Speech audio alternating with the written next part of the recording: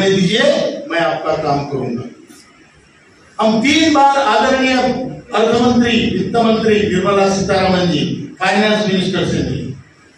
दूसरी बार मिले तो उन्होंने ट्वीट करके सारी दुनिया को बताया कि मैं आज कमांडर अशोक राउत और एनएसी के टीम से मिली और उनसे चर्चा की। एक भारत का वित्त मंत्री इतने बड़े देश का आज ट्वीट करके बता रहा है कि सीधे साधे सिंपल लोगों से वो मिली। क्यों? वो आपकी ताकत है, ये आपकी ताकत है कि आपकी वजह से आपके प्रतिनिधि को वहां बुलाया जाता है।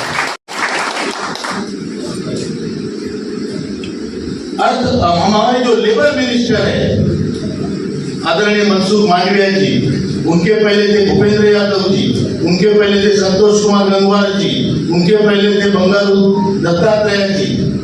इन सभी से हम कई बार मिले, प्रेजेंटेशन दिए, लेकिन अभी तक हमारा काम नहीं हुआ है। लेकिन आपको बताने में मुझे बड़ी खुशी होती है कि आपका काम 7,500 और महंगाई भत्ता अगले आने वाले 2 महीने के अंदर आपको मिलेगा। इसका कहने का मेरा जो आधार है वो ये है कि आदरणीय श्रम मंत्री, वित्त मंत्री जी पहले संजय रत्न साहब ने कहा कि क्या अड़चने हैं। वित्त मंत्री पहले इस योजना में हमें पैसा देने के लिए तैयार नहीं थे।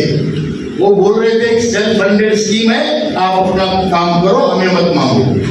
हम जब वित्त मंत्री जी से मिले तो हमने आदरणीय निर्मला जी को कहा कि मैडम, आप श्रमयोगी मानधन योजना में भारत सरकार 100% योगदान करते हैं। जब मैं सौ देता हूं तो भारत सरकार 100 देता है। यूपीएस यूनिफाइड पेंशन स्कीम जो सरकारी कर्मचारियों की है, उसमें भारत सरकार 18.5% योगदान करता है और हम लोगों की तरफ भारत सरकार बिल्कुल देखता नहीं। हमें केवल 1.16 एडमिनिस्ट्रेटिव एक्सपेंडिचर के लिए मिलते हैं, पेंशन के लिए नहीं मिलते। तो हमारे तरफ आपका बिल्कुल ध्यान नहीं और हमारी 0% इसमें हम आपका योगदान है। हम ये बदलना चाहते हैं मैडम। हम आपके सौतेले लगते हैं क्या हम भारत माता के सौतेले पुत्र हैं क्या?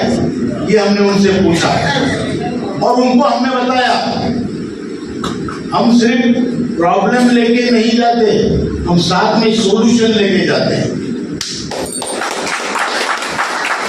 उन्होंने पूछा कैसे कर सकते हैं, हमने बताया कि जो श्रम मंत्री का हमारे फंड का पूरे साल का जो ब्याज है वो पूरा ब्याज पेंशन में डाइवर्ट करो। आपको हम असल की बात नहीं कर रहे, ओनली इंटरेस्ट हमें दे दो। फिर आप भारत सरकार की तरफ से 18.5 भी नहीं, आप 8.33 हमें दे दो, उन्होंने रिकमेंड किया है। और हमारी तरफ से भी हम 2 चीजें देंगे। तो वित्त मंत्री बोले अरे आप तो मांगने वाले हैं, आप दे कैसे सकते हैं?